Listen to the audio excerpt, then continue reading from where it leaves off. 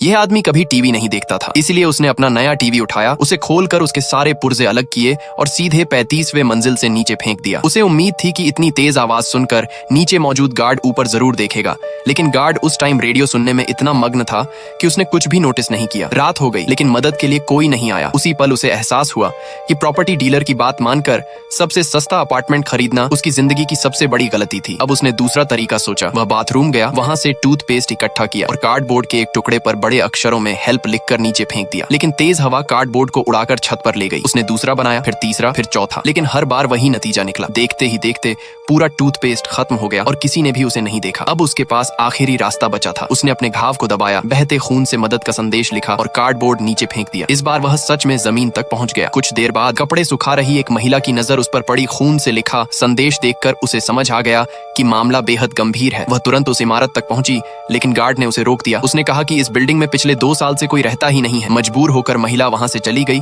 और आदमी की आखिरी उम्मीद भी टूट गई। गुस्से और निराशा में उसने रेलिंग पर जोर जोर से लात मारना शुरू कर दिया। तभी उसके दिमाग में एक बेहद खतरनाक योजना आई। उसने फैसला किया कि अब वह खुद बाहर निकलकर नीचे पहुंचेगा। बिना किसी सुरक्षा के वह बिल्डिंग के बाहरी हिस्से पर आ गया, लेकिन नीचे सैकड़ों मीटर गहराई देखकर उसका दिल कांप उठा। अब वापस लौटना भी संभव नहीं था। सबसे मुश्किल हिस्सा था मंजिलों के बीच की चिकनी दीवार पार करना। वहां पैर रखने की कोई जगह नहीं थी। उसे सिर्फ अपने हाथों की ताकत के सहारे धीरे धीरे नीचे उतरना पड़ा। करीब आधे घंटे की जानलेवा कोशिश के बाद वह किसी तरह 31वीं मंजिल तक पहुंच गया। इससे उसका आत्मविश्वास बढ़ गया और उसने ज्यादा तेजी से नीचे बढ़ना शुरू कर दिया। लेकिन यही ओवर कॉन्फिडेंस उस पर भारी पड़ी डीडीएच गया। उसने अगला कदम बढ़ाया, लेकिन वहां रेलिंग थी ही नहीं। उसका पूरा शरीर हवा में झूल गया। डर के मारे उसने तुरंत खुद को ऊपर खींच लिया। अब उसे साफ समझा गया कि एक छोटी सी गलती सीधी मौत दे सकती है। उसने अपनी बेल्ट निकाली और उसे रेलिंग से कसकर बांध दिया ताकि अस्थायी सहारा मिल सके। फिर उसी के सहारे धीरे धीरे नीचे खिसकने लगा। उस वक्त उसका पूरा शरीर हवा में लटक रहा था और हर सेकंड कई घंटों जैसा लग रहा था। आखिरकार उसके पैर दूसरी रेलिंग तक पहुंच गए, लेकिन वहां भी मुश्किल खत्म नहीं हुई थी, क्योंकि उस मंजिल पर कोई बालकनी नहीं थी। अंदर जाने के लिए उसे दीवार के सहारे किनारे किनारे सरकना पड़ा। एक जगह उसका संतुलन बिगड़ गया। बस आखिरी पल में उसने किनारा पकड़ लिया। वह लगातार खुद को संभालता हुआ